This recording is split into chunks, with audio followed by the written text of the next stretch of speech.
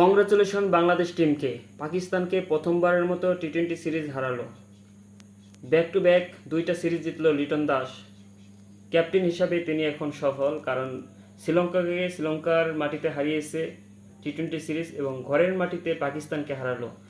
আজকে পাকিস্তান কিন্তু শুরুতেই যেভাবে খেলছিল মনে হচ্ছিল যে তারা 50 রানেই প্যাকেট হয়ে যাবেন, কারণ 17 রানের মাথায় 5 উইকেট পড়ে যায় পাকিস্তানের।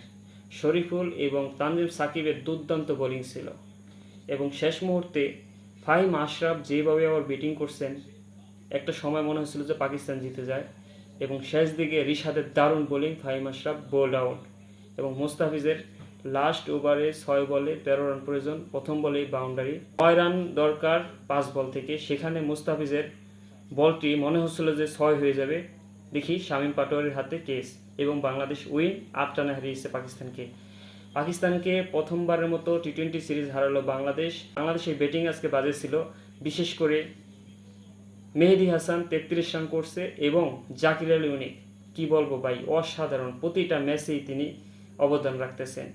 আমাদের সেরা ফিনিশার মাহমুদুল্লাহ রিয়াদ ভাই এমন একজন ফিনিশার তৈরি করে দিয়েছেন, সত্যি অসাধারণ। জাকির আলী অনিকের কারণেই আমরা আজকে ম্যাচটা জিততে পারছি, না হলে কিন্তু বাংলাদেশ 100 রানও করতে পারতো না। যাই হোক, বাংলাদেশ পাকিস্তানকে হারিয়েছে, ব্যাক টু ব্যাক দুইটা সিরিজ জিতলো। আশা করি তৃতীয় টি-20 ম্যাচ 24 তারিখে সেটাও বাংলাদেশ জিতবে এবং পাকিস্তানকে হোয়াইট ওয়াশ করবে।